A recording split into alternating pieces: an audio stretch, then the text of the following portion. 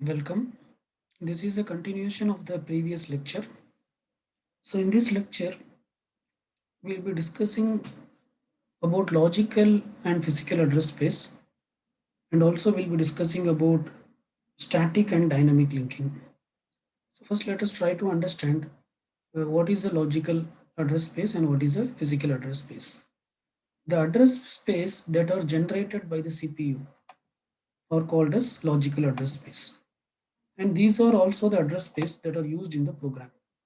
So the user program knows only about logical address. Okay. The address that are generated by the CPU are called as logical address.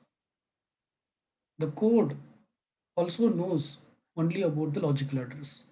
Logical address are otherwise called as virtual address because these are not the actual physical address. Okay. The address that are seen by the memory unit are called as physical address. The address that are seen by the memory unit are called as physical address.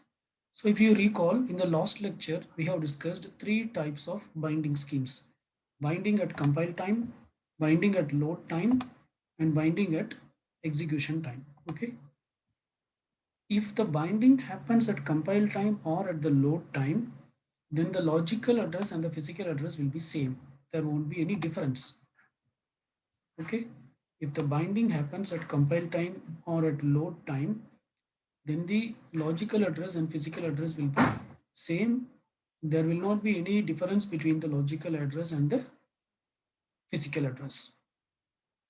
Okay, because you know where the memory, where the starting address of the program is. Okay, where the starting address of the code should be loaded.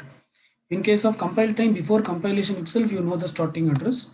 So the physical address will be directly created, or the absolute address will be created. Absolute address is otherwise called as physical address. Okay. So let us note this also. Absolute address is otherwise called as physical address. Okay. Logical address is otherwise called as virtual address. Right. So if you know the, if the compiler knows the starting address beforehand, then it will directly create the absolute code with absolute address or code with physical address. Similarly, if the compiler even do not know, even if you do not know, it will create a code with relocatable address, and that relocatable address will be obviously converted to absolute address during load time. During load time. Okay. So the point is, if the logical or physical address scheme is used, uh, if the compile time or load time addressing scheme is used, then the logical and the physical address will be same. Okay.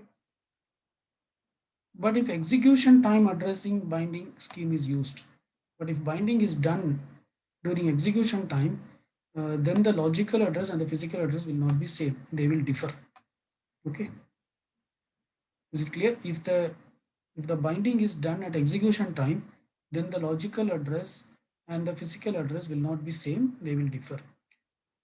How it will, and then how to map from logical address to physical address, that's what here we are going to discuss with a small example.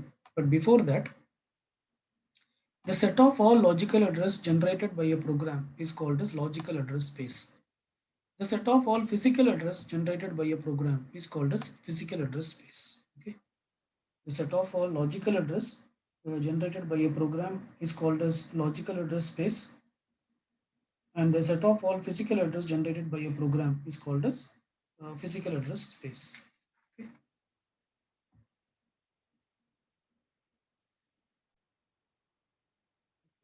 We have discussed, if the binding is done during execution time, then the logical address and physical address will differ.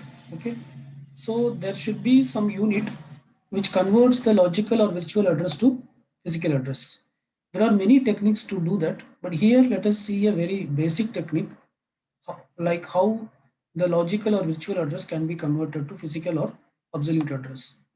So basically this conversion happens through hardware. This conversion happens through hardware. So there is a hardware unit called memory management unit. There is a hardware unit called memory management unit which will do this process. And for this particular process, Base register will be called as relocation register. Converting what you call a virtual address to physical address, we use base register, but in this context, base registers will be called as relocation register. Okay, so so so the user program, as we already mentioned, user program deals with only logical address. It never sees the physical address. Okay, so execution time binding occurs when reference is made to the location of the memory in runtime.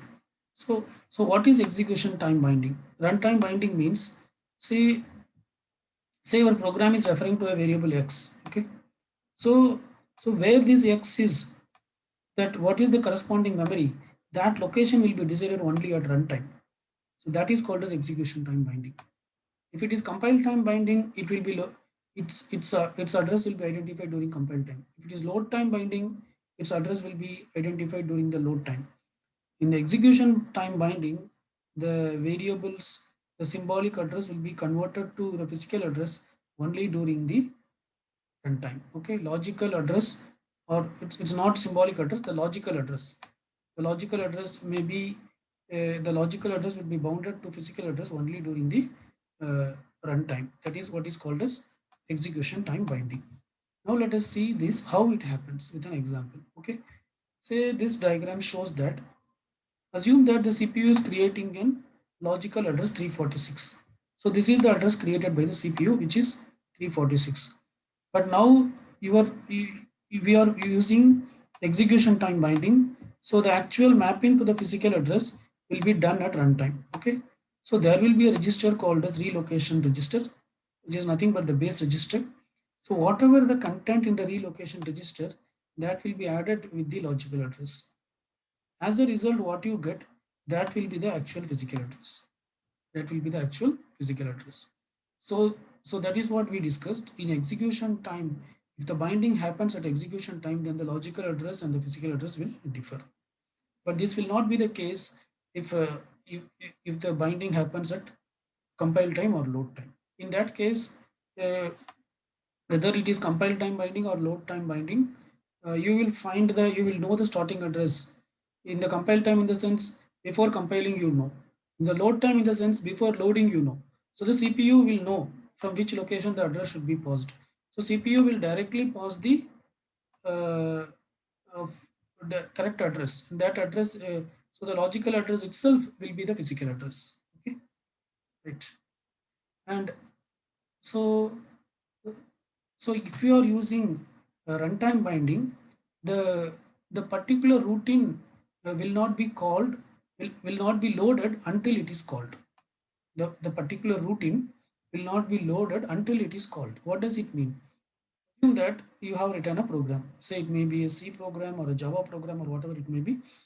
Assume the program contains many modules. Like there is a main module from where the program execution starts. There is a main module. Okay, so these are the various modules. Assume there is another module, module 1. There is a module 1. There is module 2.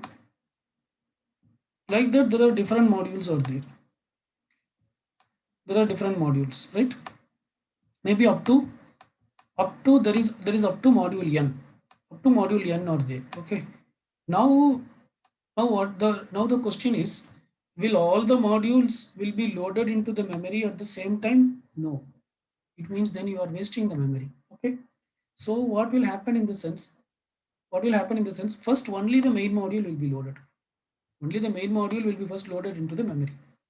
At some point in the main module, it may call module 1. Once the module 1 is called, then it will be loaded. Okay, only when module 1 is getting called, then only its logical address will be converted to physical address. So when module 1 is being called, CPU will send its logical address, and then using this process, it will be converted to physical address, and to the appropriate location it will be loaded. Like that, whenever a particular module is required, then it will be loaded. Thereby, the memory will be utilized effectively. And also, routines will be called only, routines will be loaded only if it is called. Say some routines are not at all called. Say some routines are called based on some if condition. So only if the condition is satisfied, it will be called. Say module 2 is never called. then it will never be loaded. And all other routines will be on the disk in relocatable load format. Okay, that is relocatable means this is logical address is nothing but relocatable address because it is not the actual physical address. After adding with the relocation register, you are getting the physical address. So in case of execution, if execution binding scheme is used, then the logical address is nothing but the relocatable address. Right? And for doing this, no special hardware support is required. It can be implemented through program design itself, and OS help is not much required other than providing libraries to implement dynamic binding. Okay, because anyway during loading the it should be linked with the libraries, right? So we will discuss about that in the next slide. Yeah, here. See this then so in this particular slide we'll be discussing about dynamic linking. So before that, what is linking? Linking means connecting your object code. Say you have written a C program or any other program, but your object code alone it cannot execute because in your program you may be referring some some library files.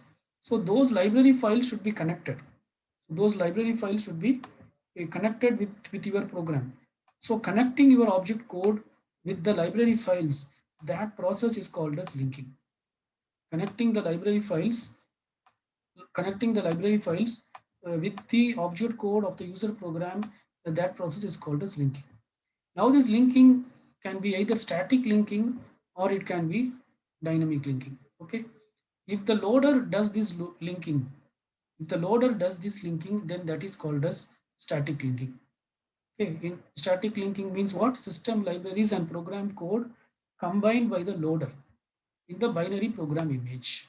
Okay, so this will be stored. This will be stored in binary format, right? Then only it can execute, right? So if loader does this process, if loader combines the object code with the system library, then that is called a static linking. So loading, so loader, so it means before loading into the memory, you are doing this. Okay, before loading into the memory, you are doing this process, right? So that is called as static binding.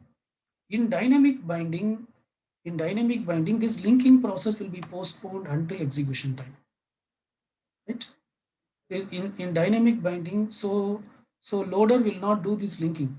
The linking will be postponed until execution time. During execution time only it will be linked. Okay, so what does so see? Let us see this with an example. Assume that say let us say C code. Assume this is a C code int C int C. Here I am using C is equal to power of C is equal to power of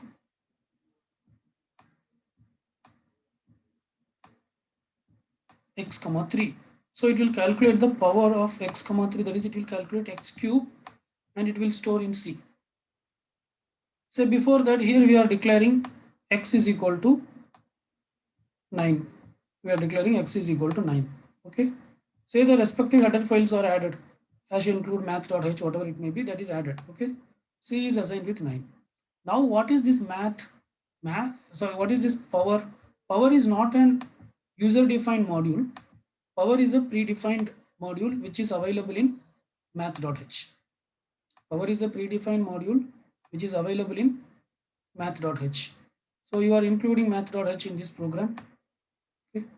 So already assume math.h is included by using hash include. Okay.